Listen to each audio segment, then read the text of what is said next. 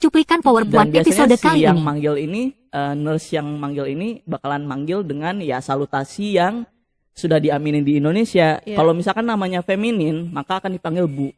Iya. Gitu-gitu betul. kan. Maksudnya mereka juga akan mencatat, oh ini Bu siapa, Pak siapa gitu kan. Lihat dari namanya doang tuh. Iya, dari gitu namanya ya. doang tuh. Nah, si bapak-bapak brewok satu ini di tengah-tengah antrian perempuan dipanggil Bu Anu misalnya. Berdirilah dia ya kan. Iya, taunya ekspresinya Nah, laki-laki gitu ya. jadi survivalnya adalah gini. Kalau kalian lagi duduk dimanapun itu jangan gini. Oke. Jangan Sampai anturan Oh, duduk ya. jangan rapet gitu kakinya, ngangkang. Oh. Gitu. Nah, kenapa sih ketua ini di dalam grup itu tuh bilang kayak gitu? Karena ini tuh konteks survival, teman-teman. Selamat datang di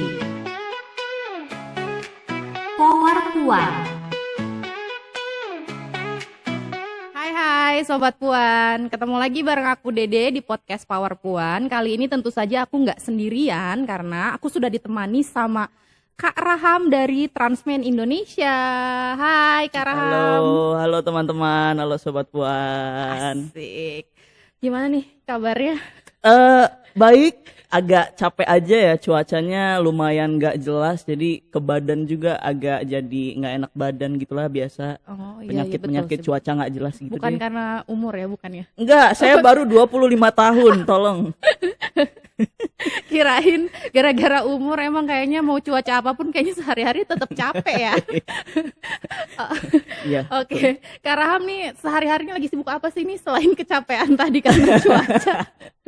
Iya, kesibukanku apa ya? Aku tentunya sibuk di Transmen Indonesia aku di Transmen Indonesia itu sebagai staf kampanye. Jadi aku yang bertanggung jawab di semua bentuk konten, mau itu di Instagram, YouTube, email dan media lainnya. Oke, Gitu. semuanya ya. Betul, semuanya. Makanya hadir di podcast Power Puan ini Benar, ya. Jadi gitu. itu alasannya ya. Betul. Oke. Nah, ngomongin tadi kesibukannya di Transmen Indonesia nih. Mungkin Sobat Puan juga ada yang belum pernah dengar ya. Sebenarnya apa sih Transmen Indonesia itu? Apa biasa TI TI, betul. kebanyakan orang manggilnya TI sih karena Transmen Indonesia tuh kepanjangan gitu ya. Tapi untuk kenalan, Transmen Indonesia itu adalah non-governmental organization, NGO yang fokusnya itu di isu trans laki-laki. Lebih spesifiknya itu organisasi yang memperjuangkan hak asasinya teman-teman trans laki-laki di Indonesia gitu. Ada yang namanya trans laki-laki ini. Betul, tidak hanya Transjakarta, Besti, gitu. Tidak hanya TJ ya, tapi juga ada TM gitu ya. Betul. Semuanya serba singkatan ya. Oke nih, mungkin sekaligus juga nih Sobat Puan juga mau kenalan nih dan juga mungkin pengen tahu ya lebih lanjut sebenarnya apa sih itu tadi transmen atau mungkin kalau kita di bahasa Indonesiain jadi trans laki-laki begitu ya. Oke, trans laki-laki itu adalah seseorang yang ditetapkan sebagai perempuan saat lahir dan mengidentifikasi dirinya sebagai laki-laki gitu. Oke. Kayak mungkin biasanya ketika aku menjelaskan definisi ini tuh orang-orang tuh nggak langsung ngeh gitu loh kayak karena definisinya sangat textbook, sangat kaku gitu. Iya, Tapi iya. biasanya aku barengin dengan contoh. Kayak misalnya Dede di sini ya, host kita. Waktu kecil Dede kan lahir oe terus kata dokternya selamat ibu, selamat bapak, anaknya perempuan gitu kan. Terus sekarang Dede sudah dewasa dan Dede merasanya Dede adalah Perempuan. perempuan. Gitu ya. Nah, kalau trans laki-laki itu seseorang yang ditetapkan sebagai perempuan saat lahir tapi mengidentifikasi dirinya sebagai laki-laki gitu. Oke, jadi ketika lahir secara biologis itu dilihatnya sebagai perempuan gitu ya, perempuan betina gitu ya secara biologis gitu ya. Betul. Tapi kemudian bahwa seseorang ini merasa bahwa dia ini bukan perempuan gitu ya, tapi dia mengidentifikasi gendernya sebagai laki-laki. Laki-laki. Oke, jadi kayak mungkin Sobat Puan juga sebelumnya nih di episode sebelumnya sudah pernah ada nih ngomongin soal transpuan gitu bersama Kak Anggun ya. Mungkin Sobat Puan yang penasaran bisa juga nih cek episode sebelumnya gitu ya. Ada ngobrol dengan Kak Anggun terkait transpuan, dan sekarang kita akan ngomongin soal trans laki-laki nih sama Kak Raham. Oke, nah kalau gitu kenapa sih Kak sebetulnya kan kita lebih banyak itu ngomongin atau teman-teman itu lebih banyak paham atau familiar term-termnya yang tadi ya transpuan gitu ya, kalau misalnya secara umum gitu ya. Mungkin aku juga mau nanya nih, sebenarnya kenapa sih penting kita tuh memahami keberagaman identitas gender ini, khususnya soal trans laki-laki? Kenapa penting menurutku karena apa ya? Aku merasa manusia sampai sekarang itu entah kenapa kesulitan untuk menerima fakta bahwa kita tuh beragam. Nggak hanya beragam ras, agama, nggak hanya ragam itu ya, tapi juga seksualitas, gender tuh beragam juga gitu.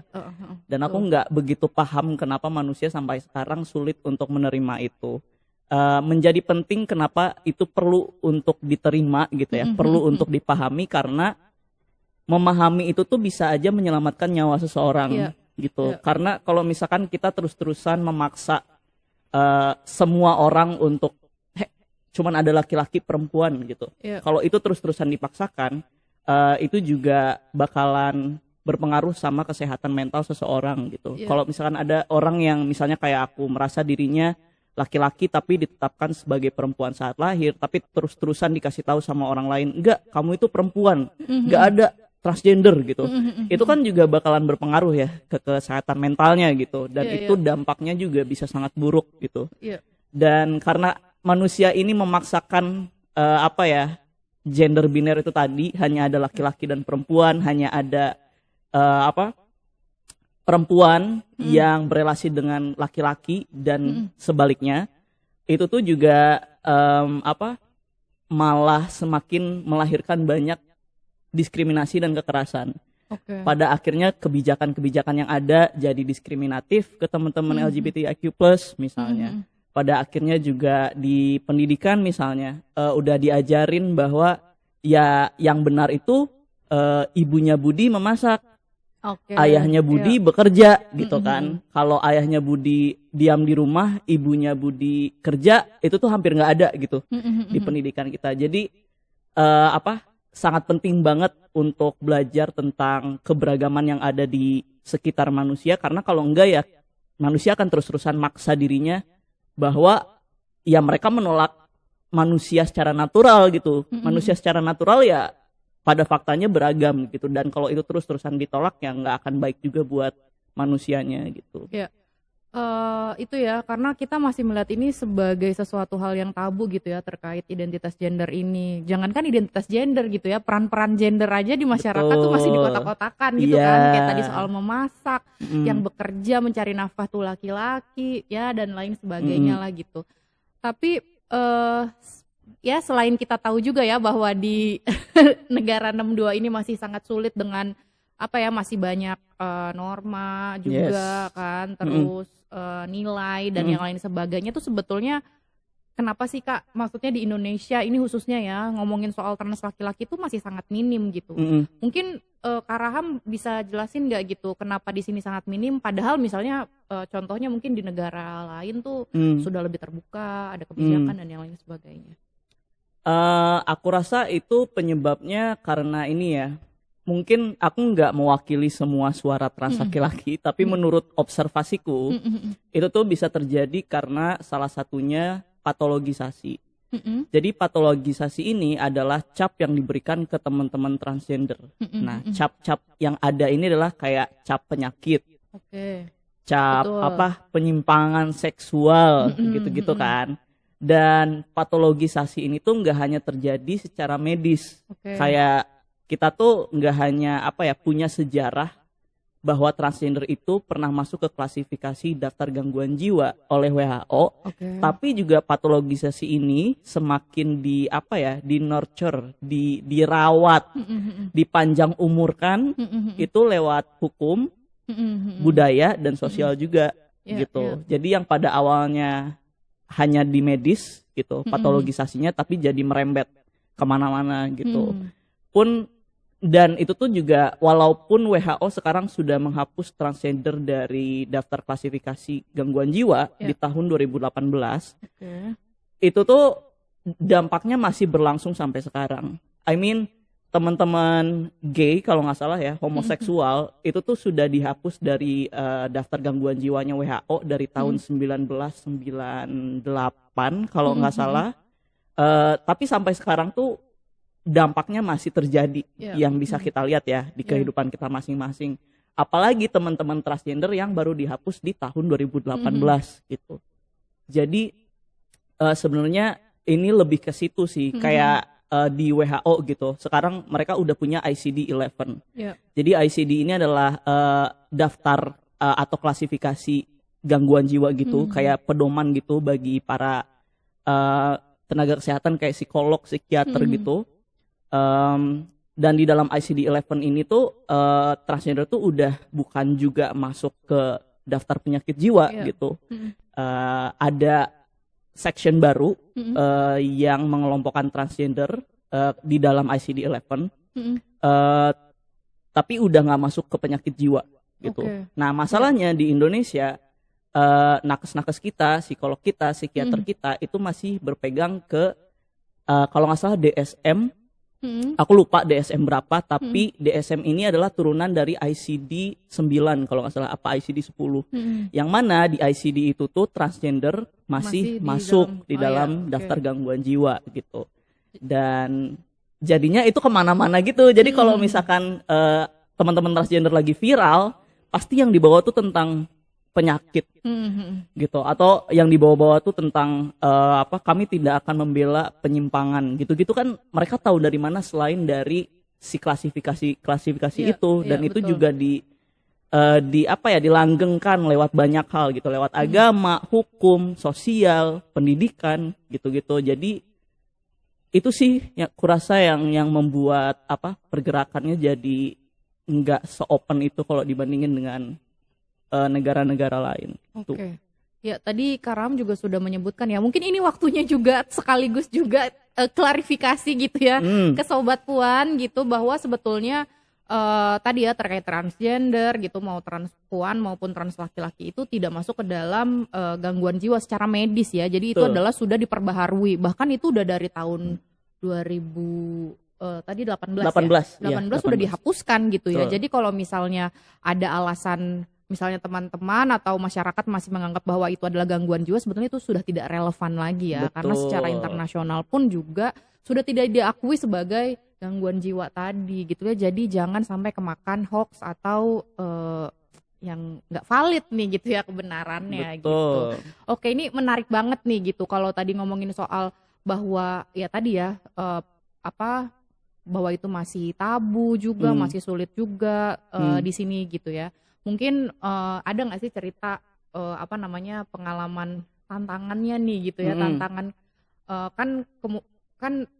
Transmen Indonesia ini kan sebagai organisasi ya yang mendampingi, advokasi juga gitu ya, maksudnya punya komunitas pastinya ya dengan teman-teman trans laki-laki di Indonesia gitu. Ada nggak sih Kak pengalaman-pengalaman yang mungkin hampir semuanya nih merasakan nih sebagai trans laki-laki, sulitnya ya sebenarnya sih nggak harus transgender ya. Jadi warga 62 aja udah berat. Iya, betul. Tapi maksudnya spesifik tantangan sehari-hari deh, mungkin kan pasti banyak banget nih dari pekerjaan segala macam. Mungkin ada sih cerita-cerita yang bisa dibagikan nih gitu ya ke teman-teman Sobat Puan ya, tantangannya menjadi trans laki-laki di Indonesia di kehidupan sehari-hari tuh seperti apa? Ada banget sih kalau itu. Udah pasti ya, nggak mungkin enggak, Bo. Ada banyak sih, tapi kalau pengalamanku pribadi, itu ini tahun berapa ya? Kayaknya tahun 2017-an gitu. Aku tuh lagi kuliah, dan waktu itu kuliahnya online, gitu, pakai Zoom. Terus aku tuh lagi ikut kelas hukum hak asasi manusia, gitu. Nah, di dalam kelas itu tuh kalau nggak salah lagi bahas peraturan yang diratifikasi oleh Indonesia. Jadi hukum internasional yang kemudian diratifikasi oleh Indonesia. Terus juga bahas tentang DUHAM di dalamnya. Nah, aku lupa itu gimana sampai dosennya bahas soal LGBT.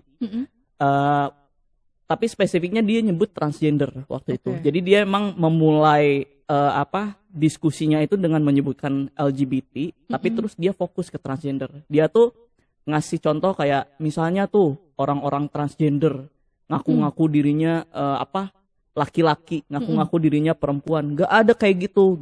Dan dia ini adalah dosen yang specialty-nya di hak asasi manusia. Hak asasi manusia, Di dalam kelas itu, aku inget banget itu tuh banyak banget yang ikut kelasnya, karena itu kelas umum gitu dan wajib saat itu. Itu ada 60-an lebih. Dia itu bilang di dalam kelas bahwa saya setuju bahwa hak asasi manusia itu adalah hak semua orang, terkecuali orang-orang LGBT. Jadi dia spesifik ya, hak asasi manusia, bahwa yang LGBT ini bukan manusia. Betul, gitu, kayak gitu. Dan aku waktu denger itu langsung kaget dong, karena kayak setauku hak asasi manusia itu absolut ya. Dia tuh memang udah nempel di setiap kita gitu. Setiap tubuh. Betul, manusia nggak memandang gendernya, rasnya, itu tuh setiap dari kita punya hak asasi manusia gitu. Tapi melihat dosen loh ini. Dosen lo yang bilang kayak gitu tuh aku langsung kayak kayaknya dia tuh sangat udah kalut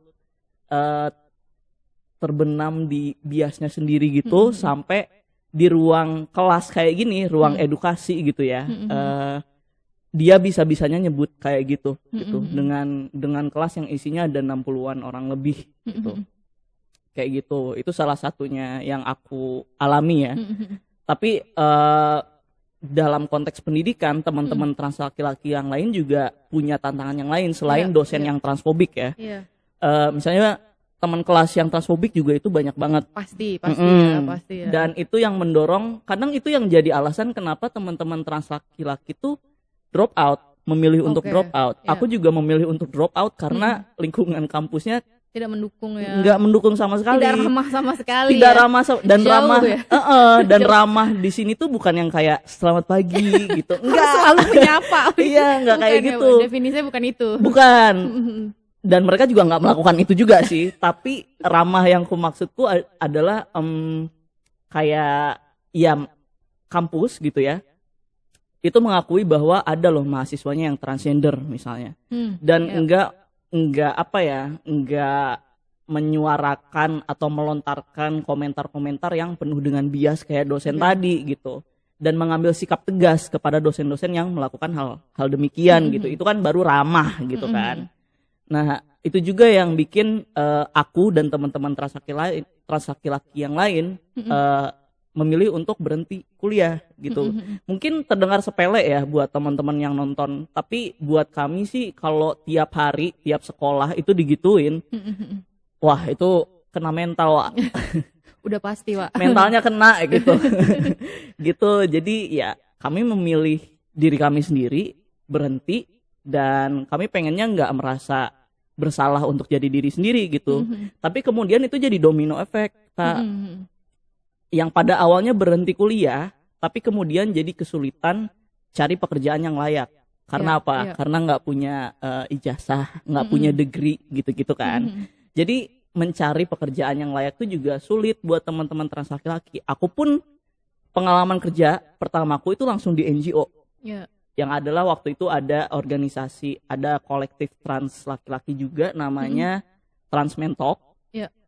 Terus aku pindah ke Transmen Indonesia gitu. Jadi aku nggak pernah punya kesempatan untuk kerja di apa yang mereka sebut sebagai pekerjaan formal gitu ya. Nggak pernah. Bukannya aku nggak pernah coba ya. Aku coba selalu, tapi nggak pernah dapat panggilan gitu. Itu di pengalamanku. Tapi di pengalaman teman-teman trans laki-laki yang lain, jangankan oke nih udah dipanggil nih. Itu juga dalam proses wawancaranya, dalam proses interviewnya, juga nggak ramah gitu. Jadi pasti. Istilahnya bagi teman-teman yang bukan transgender tuh ya cari kerja memang sulit ya, Wak, in this economy gitu ya. Tapi kalau dibandingin sama transgender tuh punya lapisan yang berbeda. Gitu. Misalnya Kak Dede ya sebagai cis perempuan gitu. nyari kerja susah of course. Tapi terus ternyata ada yang nyantol gitu kan Kak. Alhamdulillah gitu. Interview nih udah gitu. Nah, bagi teman-teman trans laki-laki itu bahkan di tahap rekrutmen kami itu sudah gugur. Iya. Gitu. Iya. Karena kalau Sobat Puan di sini perhatiin ya, banyak banget apa ya? Peraturan atau kriteria pekerjaan yang sebenarnya tuh nggak relevan sama kerjaannya itu sendiri gitu loh. Atau penampilan gitu ya. Penampilan kayak perempuan wajib misalnya berhijab atau pakai rok gitu-gitu loh. Kayak padahal juga kerjaannya nggak ada kaitannya dengan itu gitu. Dan selain itu juga misalnya ada trans laki-laki yang nemu lowongan kerja yang kriterianya nggak aneh-aneh kayak gitu gitu. Tapi kemudian biasanya ditanya, kamu cewek atau cowok? Terus dilihat tuh CV-nya sama KTP-nya, terus lihat orangnya, dilihat lagi KTP-nya, dilihat lagi orangnya. Itu tuh pengalaman yang nggak enak gitu menurutku, dan lagi-lagi menurutku nggak relevan.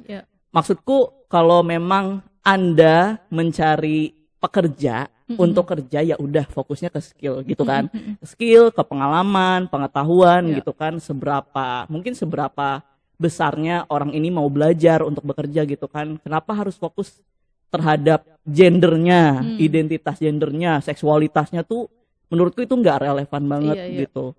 Dan jadi domino efek juga kayak yang tadi aku bilang nih, drop out nih, sulit dapat pekerjaan layak, kualitas hidup jadi menurun. Betul.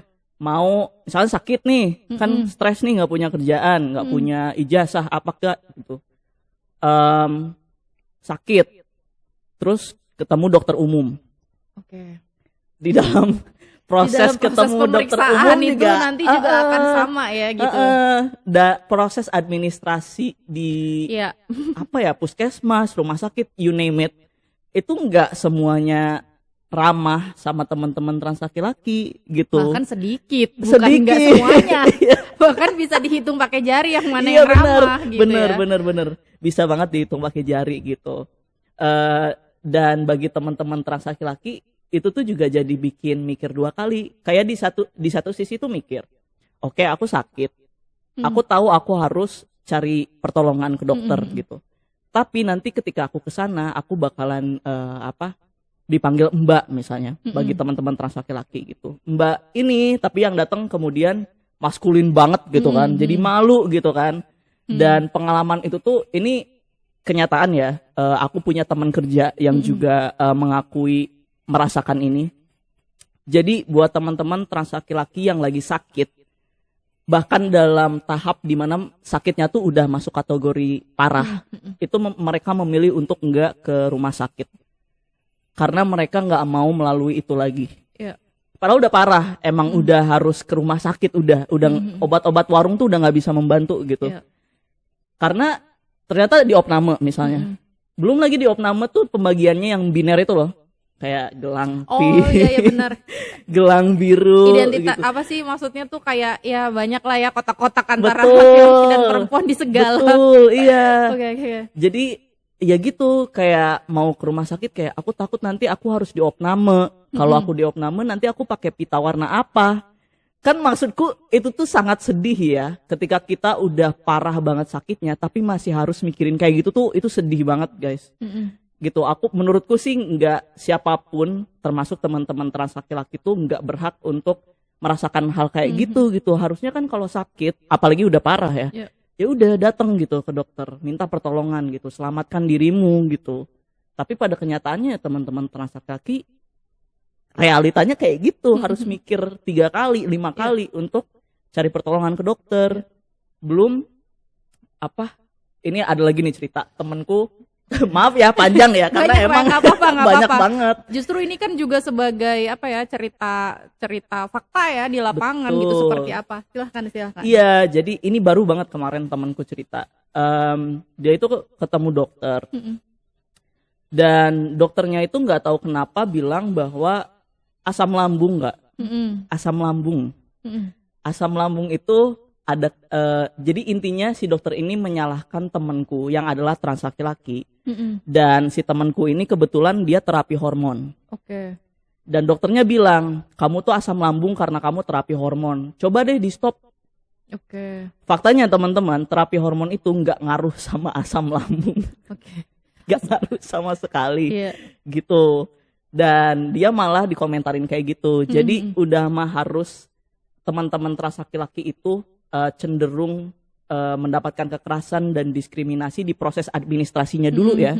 Belum lagi menghadapi dokter yang punya bias-bias tertentu, Iya. kayak si dosen tadi. Bedanya ini dokter gitu, yang dimana tugasnya dia lewat sumpahnya adalah membantu setiap orang. Iya, gitu. tidak melihat gendernya begitu ya. Betul, tapi realitanya malah kayak gitu. Ya, malah gitu. dokternya sih sebenarnya yang bikin asam lambung. Betul.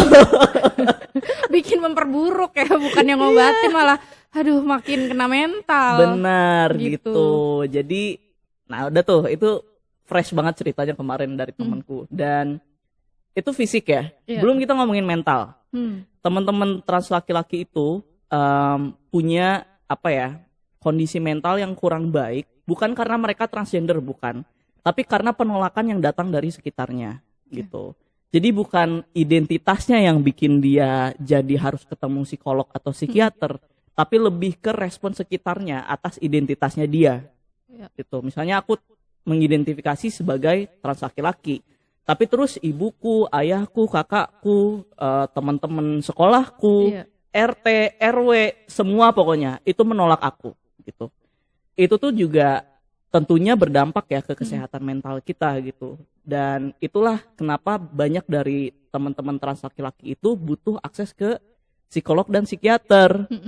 Nah, psikolog dan psikiater ini juga masih Lagi-lagi banyak ya. banget yang Lagi-lagi betul, masih banyak banget yang biasnya tuh parah banget, luar biasa. gitu. Aku nggak perlu sebutin kayak gimana, tapi sering banget teman-teman itu dibilang kamu depresi karena kamu transgender. Oke. Iya benar, tapi bukan transgendernya yang bikin depresi, tapi orang-orang kayak Di Anda yang bikin depresi gitu. Jadi kayak banyak banget cerita dari teman-teman trans laki-laki yang bilang bahwa tenaga profesional seperti psikolog dan psikiater ini yang mereka tuh suka apa ya, ngomong atau merespon dengan hal yang sebenarnya nggak relevan. Iya, iya. Kayak temanku yang datang, ini nggak ada kaitannya dengan identitas gender dia. Temanku datang minta pertolongan ke psikiater karena dia punya kesulitan tidur. Tiba-tiba si psikiaternya ini bilang, kamu harus berhenti jadi transgender. Maksudku itu tuh nggak relevan gitu loh. Kayak ngatain temanku untuk tobat, terus ngatain temanku apa sih jauh dari kodrat. Kayak gitu tuh sangat nggak relevan dengan apa yang temanku tuh lagi perjuangin, yaitu dia pengen bisa tidur gitu loh. Kayak gitu. Jadi sampai sekarang, sampai detik ini, frequently asked question di Transmen Indonesia, pertanyaan yang paling sering datang ke kami itu adalah salah satunya psikolog dan psikiater yang ramah transgender. Oke. Lagi-lagi ramah di sini bukan selamat pagi kak, bukan gitu, tapi nggak bias, dan dia juga bisa menerima bahwa ya keragaman gender itu ada gitu, dan memahami bahwa transgender itu bukan gangguan jiwa gitu. Banyak kan? Banyak banget. Aku aja sangat amazed mendengarnya. Ini lebih amazingnya bukan kayak seneng ya, tapi kayak hah gitu. Betul. Jadi warga 62 aja udah berat banget kak. Betul. Mohon maaf nih gitu ya, itu berlapis sekali. Dan kita sangat berterima kasih sebelumnya sama Kak Raham sudah mau berbagi pengalaman ceritanya yang luar biasa tadi ya ke Sobat Puan gitu. Dan mungkin kita juga YKP sangat minta maaf sekali karena teman-teman trans laki-laki ini harus mengalami hal-hal yang sangat buruk gitu ya di lingkungan yang seharusnya menjadi support gitu ya, suportif. Harusnya tuh lingkungan itu ramah, mendukung keluarga tadi ya, contoh-contohnya juga yang harusnya mendukung malah juga harus berperan sebagai villain ya di sini. Iya bisa betul, villain gitu. betul sih. Oke. Mungkin tadi Kak Raham juga sudah mention soal akses kesehatan nih. Sebetulnya tadi kan juga sempat ada tuh nge-mention soal akses layanan kesehatan terkait terapi hormon ya. Nah sebetulnya apa sih gitu? Ada nggak sih spesifik kebutuhan layanan kesehatan yang perlu diakses atau memang perlu yang dibutuhkan gitu ya oleh teman-teman trans laki-laki dan bagaimana nih pengalaman dalam mengaksesnya gitu. Ini sebenarnya kayaknya kita juga udah tahu ya, tapi boleh kita mau dengerin cerita langsung nih Konfirmasi dari gitu ya. konfirmasi langsung gitu ya. Oke, kalau untuk akses layanan kesehatan yang dalam konteks terapi hormon, paling banyak diakses itu kayak androlog, seksolog gitu-gitu sih. Karena memang ketika teman-teman trans laki-laki memutuskan untuk terapi hormon, itu perlu ada pengecekan rutin. Karena kan kita lagi ngomongin hormon ya, jadi hormon itu merubah banyak hal di dalam tubuh kita gitu. Jadi selain medical check up rutin kayak kita ngecek gula kita segimana dan lain-lain, itu tuh perlu juga gitu. Tapi juga ada hal yang sebenarnya juga lebih kompleks dari itu. Misalnya salah satu efek dari terapi hormon itu adalah teman-teman trans laki-laki nggak lagi menstruasi. Jadi menstruasinya stop, kecuali mereka merasa stres, maka ada flek-flek gitu biasanya, tapi nggak sampai berdarah menstruasi gitu. Nah, ada case-nya di teman-teman trans laki-laki di mana ketika mereka terapi hormon, itu menstruasinya masih terjadi. Nah, maksudku itu kan masih perlu digali ya, kenapa itu bisa terjadi gitu, apakah memang perlu dicek atau gimana gitu. Dan itu kan lagi-lagi ngeceknya juga ke spesialis seperti yang tadi aku sebut gitu. Misalnya ada juga cerita dari temen yang ngakses ke androlog gitu untuk ngecek demi kebaikannya sendiri gitu, karena si kawan ini juga terapi hormon. Dan lagi-lagi menurutku ini tuh nggak semua orang tuh ini tuh sangat sedih gitu loh, karena menurutku ya siapapun itu harusnya nggak melalui hal kayak gini gitu. Tapi bagi trans laki-laki untuk misalnya ngantri di androlog itu tuh harus punya strategi, Kak. Misal strategi yang paling banyak kami share dan sudah diimplementasikan gitu ya sama teman-teman trans laki-laki adalah, saya lagi ngantri nih di androlog. Kebanyakan yang ngantri di androlog itu kan perempuan. Gitu iya, kan. Karena kaitannya tadi ya banyak banget persoalan hormon-hormon. Iya, gitu perempuan kan. Jadi di ruang tunggu tuh ya perempuan semua gitu. Ujuk-ujuk datang nih tuh bapak-bapak gitu kan, udah brewokan gitu kan. Biasanya kan kalau misalnya udah gilirannya kita akan dipanggil. Dan biasanya si yang manggil ini, nurse yang manggil ini bakalan manggil dengan ya salutasi yang sudah diaminin di Indonesia. Kalau misalkan namanya feminin, maka akan dipanggil Bu. Gitu-gitu kan. Maksudnya mereka juga akan mencatat, oh ini Bu siapa, Pak siapa gitu kan. Lihat dari namanya doang tuh. Iya, dari namanya doang tuh. Nah, si bapak-bapak brewok satu ini di tengah-tengah antrian perempuan dipanggil Bu Anu misalnya. Berdirilah dia ya kan. Iya, taunya ekspresinya nah laki-laki gitu ya. Coba Sobat Puan bayangin deh di skenario kayak Maskulin gitu ya. Maskulin banget, tapi yang dipanggil Bu Anu gitu kan. Itu tuh bisa jadi pengalaman yang sangat memalukan buat teman-teman trans laki-laki. Nah, strategi yang tadi aku maksud adalah sekarang teman-teman trans laki-laki itu kalau mau cek ke spesialis yang memang pasiennya itu kebanyakannya perempuan, kalau bisa teman-teman trans laki-laki itu ngajak teman perempuannya. Jadi nunggu tuh berdua. Pas dipanggil Bu Anu, yang berdiri dia gitu, yang berdiri si teman perempuannya ini. Misalnya aku pergi sama Dede gitu kan ke androlog. Terus dipanggil Bu Anu, Dede yang berdiri gitu. Terus nanti pas masuk ke ruang dokternya berdua kayak gitu. Jadi ini tuh di satu sisi aku seneng ya punya strategi kayak gini gitu di teman-teman, tapi di sisi lain aku merasa sedih karena itu tadi aku merasa nggak seorang pun pantas untuk mendapatkan diskriminasi seperti itu gitu sampai loh. harus mikirin strategi gitu tuh kayak ya ampun, ya udah sih cek aja gitu loh. Gitu realitanya. Jadi memang dari teman-teman yang memilih untuk terapi hormon sih lagi-lagi di situ ya tantangannya dan hambatannya. Satu, proses administrasi yang masih belum ramah trans. Ini masih administrasinya nih, daftar segala macamnya nih. Masih levelnya awal banget nih gitu. Belum lagi menghadapi dokter yang misalnya bias banget gitu. Jadi nggak hanya di psikolog dan psikiater, tapi dokter-dokter spesialis juga nggak lepas dari biasnya mereka sendiri gitu. Dan itu juga banyak dialami sama teman-teman yang terapi hormon gitu. Ya itu sih masih sangat menyedihkan ya. Belum lagi sebenarnya belum soal administrasi ya, tapi juga ketika kita ngomongin soal identitas, data itu juga nggak semuanya mudah ya gitu. Kayak misalnya ada juga yang nggak punya KTP misalnya, Nah, iya betul, karena misalnya persoalan dengan keluarga tadi ya tidak betul. diterima, itu juga wah itu berlapis dan sangat sistemis ya. Ini Betul. kita langsung aja nih, aku kayaknya mau nanya soal kebijakan nih, gimana sih ini lebih parah lagi ya kayaknya ya, karena kalau dipikir-pikir nggak dipikir-pikir kenyataannya gitu kan, ini kalau kita ngomong kan ini jadi memiskinkan secara sistemik gitu ya, kemiskinan yang sistematis gitu. Betul, kan, karena ya.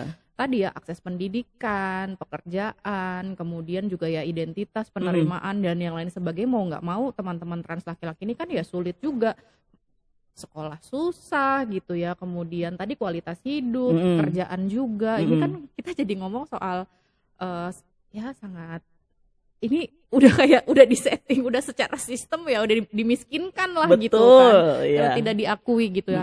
Sebetulnya nih Kak, kalau mau ngomong kebijakan nih, sebenarnya sejauh mana sih, atau udah ada belum sih kebijakan yang melindungi gitulah, kita mau ngomong hak asasi manusia ya, melindungi setiap warga negaranya nih di Indonesia ini agar tidak mendapatkan diskriminasi tadi gitu. Sebenarnya udah ada belum sih kebijakan yang spesifik, dan sejauh mana sebetulnya teman-teman TI sekarang melakukan advokasi, atau memang ada undang-undang yang sekarang saat ini lagi diadvokasikan oleh teman-teman TI?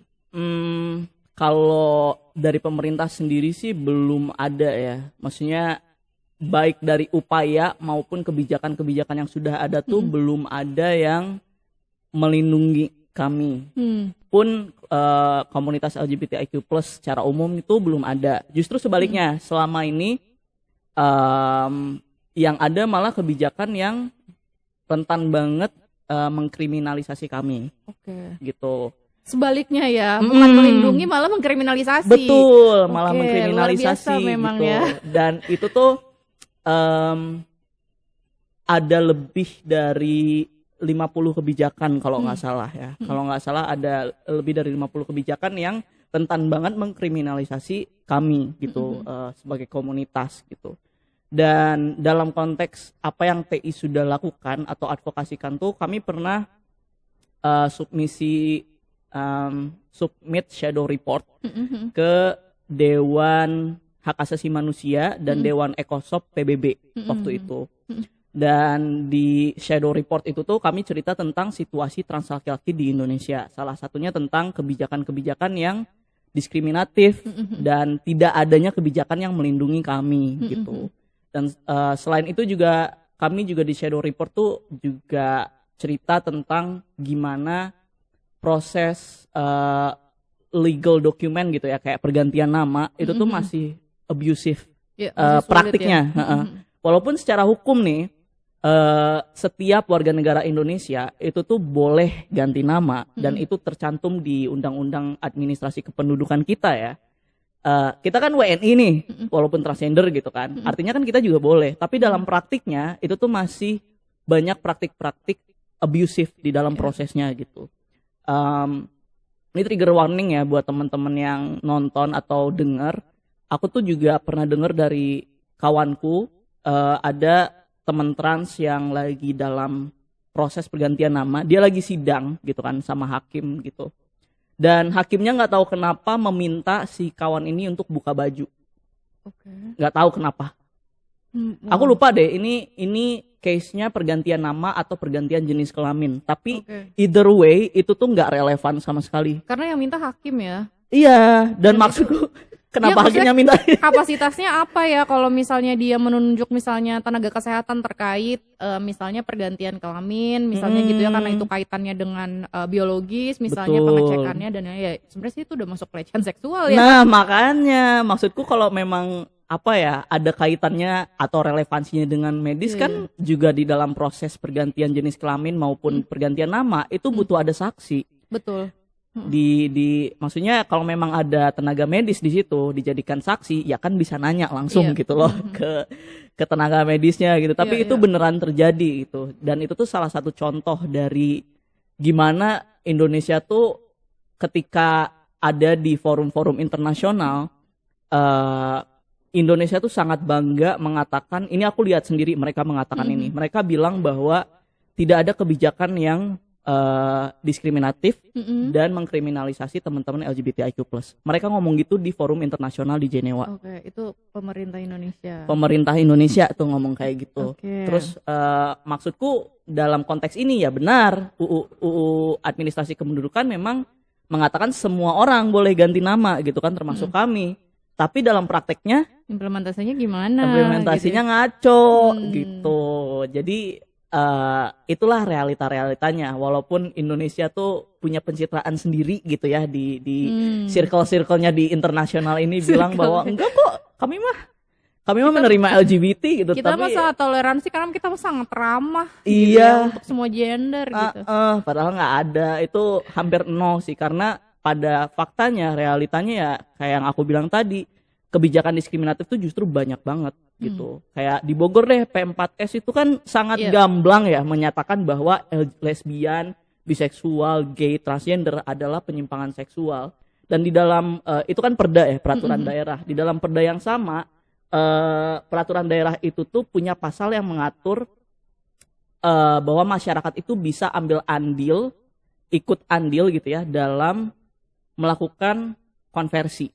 Okay. Jadi di dalam pasalnya nggak ada penyebutan konversi, tapi kalau kita artikan itu tuh ngasih legitimasi ke masyarakat untuk melakukan persekusi. Boleh melakukan Boleh gitu. Selain persekusi juga konversi juga didukung di dalam peraturan daerah itu. Ruqyah kali ya. Nah, contoh.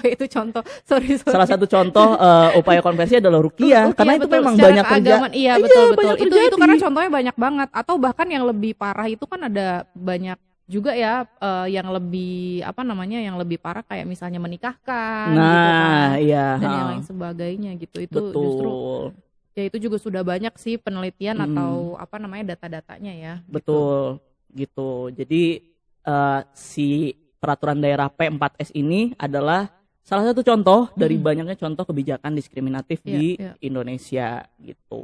Banyak banget, bahkan Banyak dulu banget. pernah ada juga kampus-kampus yang secara Ya, jelas. ya benar.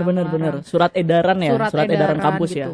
ya. Selain itu juga sebenarnya ada juga sih banyak banget diskriminasi di tingkat pendidikan itu, kayak kampus-kampus beberapa juga dengan sangat gamblangnya gitu ya, bikin spanduk-spanduk besar tidak menerima LGBT, komplek perumahan. Wah, pokoknya itu sih kayaknya diskriminasi terhadap teman-teman LGBTIQ ini justru lebih banyak gitu loh ketimbang yang ramahnya. Betul. Bahkan ngomongin soal ini ya, kayak kalau kampus tuh kan surat edaran gitu-gitu kan. Betul, itu juga sempat ada.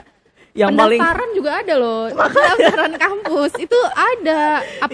Apakah Anda LGBTIQ gitu? Yes, pendaftar. Iya. Ya aku pernah lihat fotonya deh itu di internet somewhere gitu, kayak si maba-maba ini kalau nggak salah harus menandatangani surat pernyataan, kalau nggak salah surat pernyataan yang salah satunya tuh menyatakan bahwa saya bukan LGBTIQ+. Iya. Jadi itu ditandatangan gitu. Kalau nggak salah, aku pernah lihat deh di internet gitu. Dan yang paling sering tuh, dan menurutku ini tuh saking seringnya terjadi, aku tuh kalau ngelihat ini tuh sampai ketawa. Maksudnya ketawa bukan karena meremehkan atau tapi karena saking mirisnya tuh coping mekanismeku hanya bisa ketawa gitu loh. Spanduk-spanduk di jalan itu loh. Stop LGBT gitu kan. Terus kayak LGBT menyebabkan bencana gitu-gitu tuh kayak responnya udah bukan marah lagi ya, udah levelnya tuh udah sarkas aja, udah ketawa aja. Betul gitu. Oke. Ini sebenarnya udah lebih parah sih kan. Artinya situasinya udah lebih parah sampai akhirnya teman-teman LGBTIQ yang udah kayak sarkas gitu ya, bukan udah. Oke. Mungkin ini ya, kita lanjut lagi nih. Ini kayak seru banget nih pembahasannya, karena kayaknya harus ada part 2 ya. Gas. Karena panjang banget nih yang perlu diketahui ya oleh Sobat Puan gitu. Kalau tadi ngomongin udah kebijakan, diskriminasi gitu ya, sebenarnya aku mau nanya sih gitu, adakah contoh gitu ya negara yang memang tuh secara sistem tuh udah sangat ramah nih sama ragam gender? Kalau menurut Kak Raham ada nggak sih, atau kenapa negara itu bisa disebut ramah? Atau sebenarnya di dunia ini tuh masih belum ada gitu? Aku jadi mikir di mana ya. Ada beberapa sih ya di kepalaku, tapi yang aku alami sendiri gitu ya, berdasarkan pengalamanku, ada. Dan itu tetangga kita, Thailand. Oh, ya betul. Itu masih di Asia ya bahkan ya. Itu masih tetangga kita, masih siblings ya, siblings gitu. Dan kenapa aku bisa bilang kayak gitu? Setidaknya aku nggak bisa bilang untuk komunitas LGBTIQ+ secara keseluruhan ya. Tapi pengalamanku sebagai trans laki-laki waktu itu main ke sana, itu tuh gila sih. Aku sempet kayak, jadi aku tuh berkunjung ke klinik gitu, klinik biasa kayak klinik di Indo aja gimana gitu. Klinik kesehatan gitu ya? Iya, klinik kesehatan. Dan klinik kesehatan ini tuh banyak direkomendasikan sama teman-teman trans laki-laki di Indonesia maupun teman-teman trans laki-laki di Bangkok. Iya. Aku kepo dong, penasaran gitu kan. Aku datengin. Terus baru masuk tuh aku udah berkaca-kaca karena aku merasa kayak bahagia banget ngelihat klinik kesehatan. Pas masuk tuh ada kayak standing banner gitu yang tulisannya Trans Health Matters.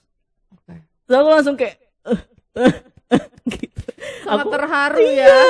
Aku berdua sama temanku di situ kan, karena kami kayak mumpung lagi ada acara di sana, jadinya sekalian lah gitu kan mampir ke si klinik kesehatan ini. Dan kayak aku tuh berasa kayak nggak ada di dunia ini. Ini mungkin lebay ya buat sobat puan yang yang denger atau yang nonton gitu. Tapi aku sama temanku bener-bener pas di situ tuh ngerasa kayak mustahil gitu loh ada klinik kesehatan yang kayak gini. Dan Di kami Indonesia? itu di Indonesia. Dan pas masuk tuh kami merasa kayak nggak ada di dunia gitu loh. Kayak kami tiba-tiba ada di dunia fiksi gitu, kayak ih Ini di mana ya? ini gitu. di mana kok ada standing banner yang banyak transpuannya, banyak trans laki-lakinya gitu kan. Wah, itu ngerasa bahagia banget sih. Dan emang di sana tuh apa ya, orang-orang tuh juga se-open itu sama teman-teman transgender gitu, terutama teman-teman trans laki-laki. Dan aku sama teman-temanku tuh nggak perlu khawatir tentang kayak apa ya, takut diapain gitu sama orang, atau kami tuh suka jalan kaki gitu. Dan Bangkok tuh adalah kota yang enak banget buat jalan kaki. Ramah banget sama Ramah, pejalan kaki ya. trotoarnya bagus, nggak ada tiba-tiba tuh pohon tengah gitu. Atau tiba-tiba ada warung gitu ya. Tiba-tiba ada kantor polisi, Kantor polisi, Nah, gitu.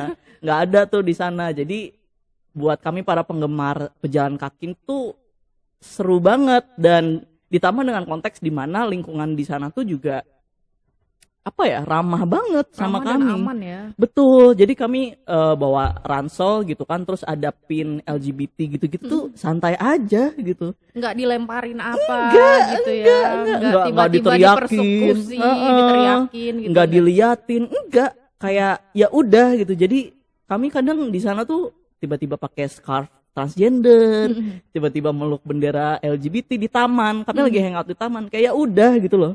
Ya udah aja. Dan menurutku setelah aku balik dari Bangkok tuh, aku balik ke Indonesia tuh kayak jadi mikir gitu loh, saking bedanya banget Indonesia sama Thailand.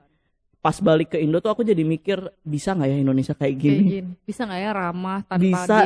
dihakimi gitu ya. Jangan ke ini dulu deh, mungkin jangan ke apa, teman-teman bisa pakai merch LGBT secara bebas, jangan ke situ dulu deh, klinik kesehatannya dulu deh misalnya gitu, ramah atau gimana tuh. Aku masih punya harapan sih ke situ, tapi dalam skala besar gitu tuh kayak ada baiknya aku pernah main ke Bangkok juga, karena aku tuh jadi punya harapan gitu loh, kayak bisa lah, kalau misalnya Thailand bisa, kenapa kita nggak bisa Ya, gitu. Dan yang kedua, ini bukan negaranya ya, tapi aku pernah main ke salah satu kota di Filipina, namanya Quezon City. Dan Quezon City itu bahkan dari pemerintah kotanya itu sudah mendukung program-program yang melibatkan teman-teman LGBTIQ+. Teman-teman transpuan dilibatkan, teman-teman trans laki-laki dilibatkan. Dan ketika aku ada acara di situ waktu kemarin tuh, pemerintahnya itu datang, perwakilan pemerintahnya datang ke si acara ini untuk ngasih sambutan. Itu baru kotanya aja. Negaranya Filipina secara umum mungkin kurang lebih sama kayak kita, tapi dalam konteks-konteks kota-kotanya sendiri tuh jauh lebih progresif. Oke. Gitu. Jadi apa ya, bisa melihat tetangga-tetangga kita yang bisa berprogres sejauh itu tuh juga membangun harapan di aku bahwa ya bisalah Indonesia lah gitu, walaupun lama kayaknya ya gitu, tapi nggak apa-apa lah gitu. Kita usaha aja dulu. Kita usaha aja dulu gitu. Tapi sebenarnya mimpi-mimpi yang tadi disampaikan sama Kak Raham tuh sebetulnya sangat sederhana, dan balik lagi ya, itu sebenarnya hak dasar manusia gitu loh. Jadi kayak ini kita agak-agak kok kita jadi sedih banget gitu ya, kan kayak layanan kesehatan yang tidak diskriminatif itu sebetulnya kan itu adalah hak dasar setiap manusia apapun, siapapun gitu ya, dari background manapun harusnya tidak mendapatkan diskriminasi itu gitu loh. Jadi kayak sebenarnya mimpi yang sangat sederhana sih. Bahkan bukan sederhana lagi, itu adalah hak setiap orang gitu loh. Yang ada malah hak kita yang diambil gitu kan, kalau kita mendapatkan diskriminasi itu gitu loh. Ini hak dasar ya. Ini emang levelnya udah ketawa. Kan? Ini udah ketawa ya.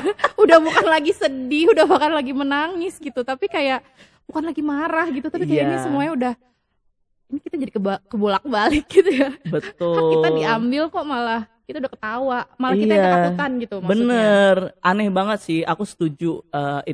Itu semua yang aku ceritain yang baru ada di tetangga kita ya sayangnya adalah hak dasar. Aku setuju, dan sedih banget mengetahui bahwa hak-hak dasar kita tuh kita perlu berandai-andai dulu, gitu loh. Padahal itu hak dasar yang harusnya kita nggak perlu berandai-andai untuk tahu rasanya gimana sih punya hak dasar tuh. Aneh banget sih.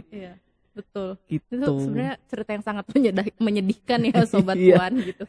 Oke, ini kita lanjut deh. Mungkin ini aku ingin menanyakan terkait sebetulnya kayak kesalahan-kesalahan umum gitu, atau bukan stigma ya, tapi mitos kali ya, kesalahan-kesalahan umum yang sering kali dilabelkan gitu ya kepada teman-teman trans laki-laki ini sebenarnya apa sih gitu loh di masyarakat gitu. Ini juga banyak nih, tapi banyak yang paling banyak tuh mungkin karena masyarakat kita tuh lebih familiar sama transpuan mungkin ya. Jadi ketika mendengar istilah transmen atau trans laki-laki tuh jadi kayak asing gitu. Tapi simpelnya trans laki-laki adalah kebalikannya dari transpuan gitu, simpelnya. Definisinya kan tadi udah tuh di awal kan. Nah, yang masih banyak salah kaprah adalah masih banyak orang yang melihat bahwa trans laki-laki adalah perempuan tetap gitu, atau enggak narasinya tuh kayak cewek yang pengen jadi cowok. Ini apa namanya, tomboy. Nah kayak gitu. Itu tuh maksudnya nggak cocok penempatannya kalau di teman-teman trans laki-laki. Let's say penempatannya di teman-teman lesbian misalnya, atau di teman-teman buci, mungkin ada masih kecocokan di situ. Tapi kalau misalkan nyebutnya tomboy atau serupa gitu ya, maskulin gitu-gitu tuh belum tepat kalau misalkan kita lagi ngomongin trans laki-laki gitu. Karena nggak semua trans laki-laki juga maskulin gitu. Kami juga beragam ekspresi gendernya. Ada yang ngondek, ada yang maskulin laki gitu, ada yang berotot, ada yang enggak gitu kan, banyak banget gitu. Jadi itu pertama yang paling banyak salah kaprahnya. Nah yang kedua adalah entah kenapa, ini juga aku penasaran banget kenapa ini terjadi. Orang-orang termasuk di gerakan sosial ya, ketika mendengar atau melihat istilah trans laki-laki, itu si transnya tuh kayak terhapus gitu loh. Jadi cuman kayak laki-laki. Di satu konteks itu tuh benar. Ya benar, kami laki-laki gitu. Tapi menghilangkan trans di belakangnya tuh malah memunculkan permasalahan baru gitu. Jadi yang aku maksud adalah kebanyakan orang tuh melihat trans laki-laki adalah perpanjangan dari cis heteronormatif atau cis laki-laki. Yang cis laki-laki yang melahirkan patriarki, melahirkan gender biner gitu kan, laki-laki di atas segalanya gitu kan. Ketika transnya itu dihapuskan dari istilah trans laki-laki, muncullah persepsi kayak gitu. Padahal ini juga aku mau melengkapi dengan cerita real dari temanku. Padahal kalau kita lihat seksama gitu ya, secara dalam, nggak hanya di level surface, patriarki, kita semua tuh korbannya patriarki, termasuk teman-teman trans laki-laki. Kenapa aku bisa bilang kayak gini? Karena ini temanku pernah cerita, Jadi dia waktu tahun berapa ya ini 2015-an kalau nggak salah, itu dia sempat gabung grup Facebook yang isinya transmen semua nih gitu kan. Terus salah satu pembahasan di grup Facebook itu adalah waktu itu kan senioritasnya tinggi banget ya, even di dalam komunitas kayak gini gitu. Jadi let's say lah ketuanya di grup itu tuh lagi berbagi ilmu gitu, ilmu survival sebenarnya Kak. Jadi survivalnya adalah gini, kalau kalian lagi duduk dimanapun itu jangan gini, jangan sampai antoran duduk ya, jangan rapet gitu kakinya, ngangkang gitu.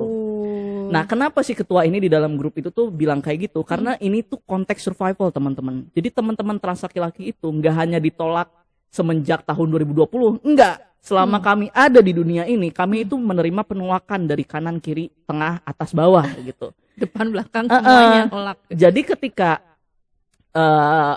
teman-teman trans laki-laki itu menerima banyak penolakan, sementara trans laki-laki juga adalah makhluk sosial gitu kan, membutuhkan seseorang untuk survive. Jadinya mereka terpaksa untuk misalnya gabung sama abang-abangan dan mengamini apa yang mereka amini biar mereka punya teman. Jadi berstrategi tadi ya. Berstrategi itu tadi gitu. Jadi untuk diterima lah. Betul, gitu. Untuk diterima gitu. Jadi makanya banyak banget kasus-kasus di mana teman-teman itu ya pada akhirnya menginternalisasi itu gitu. Jadi pada akhirnya mengamini patriarki gitu, karena di kacamata teman-teman, apalagi teman-teman yang belum terkapasitasi kayak kita gitu ya, memandangnya ya bahwa inilah hal yang normal gitu. Normal bukan hanya dalam konteks patriarkinya yang normal, tapi normal bagiku untuk berstrategi kayak gini. Dan semua orang melakukan ini. Ya, karena tadi butuh penerimaan tadi itu kan. Betul. Jadi dia melakukan ya tadi heteronormatif lah ya gitu ya. Iya kayak gitu. Jadi ya aku nggak berusaha untuk menjustifikasi perilaku kayak gini ya, bahwa perilaku kayak gini juga tetap harus di unlearn ya, harus berhenti dipelajari gitu ketika teman-teman udah tahu bahwa ini itu melukai dirinya sendiri dan sekitarnya dan komunitasnya gitu. Aku setuju gitu. Tapi kalau kita lagi ngomongin soal patriarki dan trans laki-laki atau laki-laki gitu ya, dalam bentuk apapun gitu, mau dalam bentuk wujudnya atau identitasnya gitu ya, terutama dalam spesifiknya konteks trans laki-laki, kita perlu lihat lebih dalam gitu loh, ada lapisan-lapisannya. Kenapa sih teman-teman trans laki-laki itu bisa kayak gini gitu? Menurutku itu adalah stigma atau salah kaprah yang jika sampai sekarang masih diamini itu bisa juga harmful. Sementara bagiku selama kita masih bisa berbagi informasi, nutup gap yang ada di antara kita dengan teman-teman komunitas yang lain, kenapa itu nggak dilakukan gitu? Kenapa kita malah nunjuk tangan dan saling cancel satu sama lain gitu loh, kayak saling nunjuk lah ya, malah saling menyalahkan satu sama lain gitu tadi. Sih. Ini sebenarnya ceritanya sangat menarik ya, betul. Kayaknya kita perlu ada part 2 nih untuk ngomongin trans laki-laki ini, karena ini masih jadi persoalan yang sangat cukup kuat gitulah ya karena tadi ya ngomongin soal ekspresi itu macam-macam gitu loh. Nggak cuma buat teman-teman transgender gitu loh, tapi kayak misalnya cis woman misalnya, kayak aku misalnya tiba-tiba potong rambut pendek, wah orang udah ngejudge juga, lu kenapa stres gitu kan. Kayak misalnya atau aku pakai baju atau duduknya tuh ngangkang atau kayak gimana, bahkan tuh banyak banget hal-hal yang sebetulnya itu tidak perlu dijudge gitu. Ya, karena itu bagian dari ekspresi tidak perlu orang. Dipertanyakan juga kan, ya udah sih, sangat personal gitu ya. Betul. Ini menarik sekali gitu ya, tapi sayang sekali waktunya sangat terbatas nih Kak Raham. Mungkin kita langsung aja nih mau nanya soal, ya biasalah kita berangan-angan harapan harapan Kak Raham nih sebagai seorang trans laki-laki dari organisasi yang juga mengadvokasi gitu ya. Sebenarnya harapannya apa sih untuk teman-teman trans laki-laki yang ada di 62 ini, dan juga mungkin pesan-pesannya nih buat Sobat Puan nih, diingetin lagi nih, kita harus ngapain nih untuk menciptakan lingkungan yang ramah dan inklusif. Oke, gila berat ya. Berat banget ya. Kalau angan-angan sih sebenarnya udah ya. Dari tadi udah berangan-angan sih, Wak.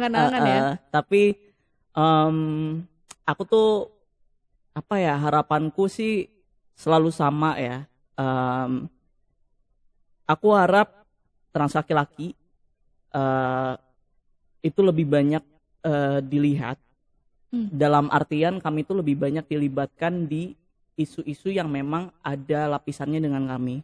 Misalnya aborsi, kehamilan, hygiene, menstruasi dan lain-lain itu kan juga kami mengalaminya gitu. Dan betul. Kami tuh akan sangat senang ketika kami dilibatkan di ruang-ruang seperti itu, karena isu-isu itu tuh juga setiap hari kami hadapi gitu.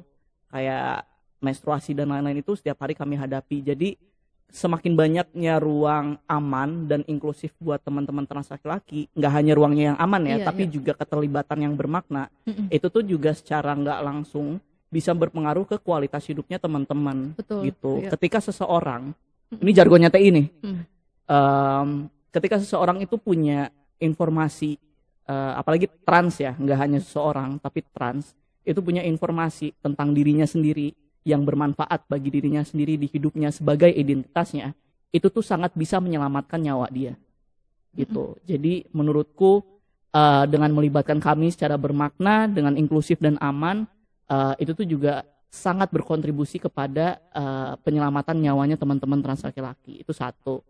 Dan gimana caranya membuat ruang aman bagi teman-teman trans laki-laki, ya dipastikan bahwa di dalam ruang itu juga siapapun yang terlibat itu punya semangat yang sama ya, punya kesadaran bahwa ya keberagaman itu memang ada, dan ruang apapun itu yang sedang dibangun atau yang selama ini berlangsung itu punya semangat kolektif yang berdasar dari kepedulian gitu, bahwa ya kamu nggak perlu mengerti trans laki-laki dulu untuk menerima kami di suatu ruang gitu, tapi dengan punya pikiran bahwa oke, ada nih teman-teman trans laki-laki nanti yang mau ikutan gitu, itu ditanam di kepala. Dan sesederhana jangan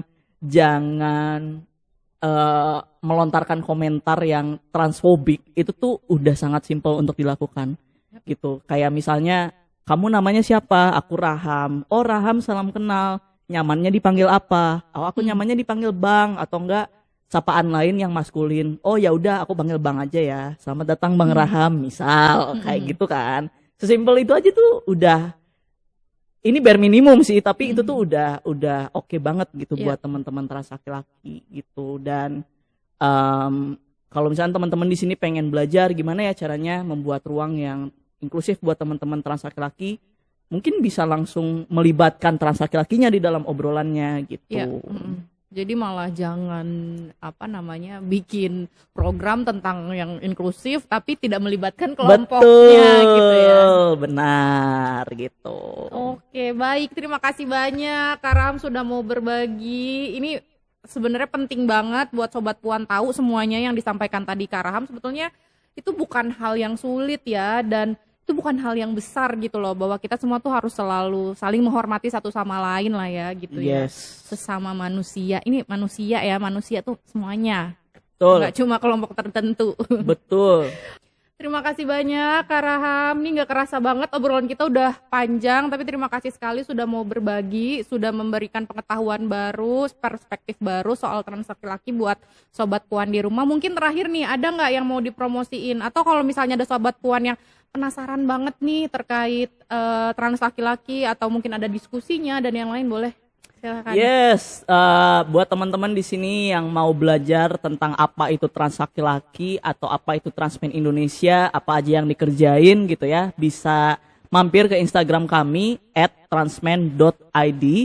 Terus selain itu juga buat teman-teman di sini yang setelah mendengarkan atau menonton podcast ini pengen belajar lebih dalam lagi tentang trans laki-laki, nah, kami itu baru aja mempublikasikan buku saku namanya Ruang 101, Ruang Kecil Penuh Pengetahuan. Buku saku ini tuh cocok banget dibaca buat teman-teman yang belum tahu trans laki-laki itu apa dan pengen belajar lebih dalam soal itu gitu. Dan buku saku ini tuh bisa diakses di link tree-nya kami di @transmen.id, dan itu buku sakunya gratis. Oke, cocok banget. Nanti kita juga akan mengakses nih. Kayaknya YKP belum mengakses ya. Ini Oke, baik itu saja. Terima kasih banyak Sobat Puan. Sampai ketemu lagi di episode berikutnya. Bersama Sobat Para Puan, terus berjuang tentang kesamaan, agar tak lagi menjadi penghias, tegak tak lagi di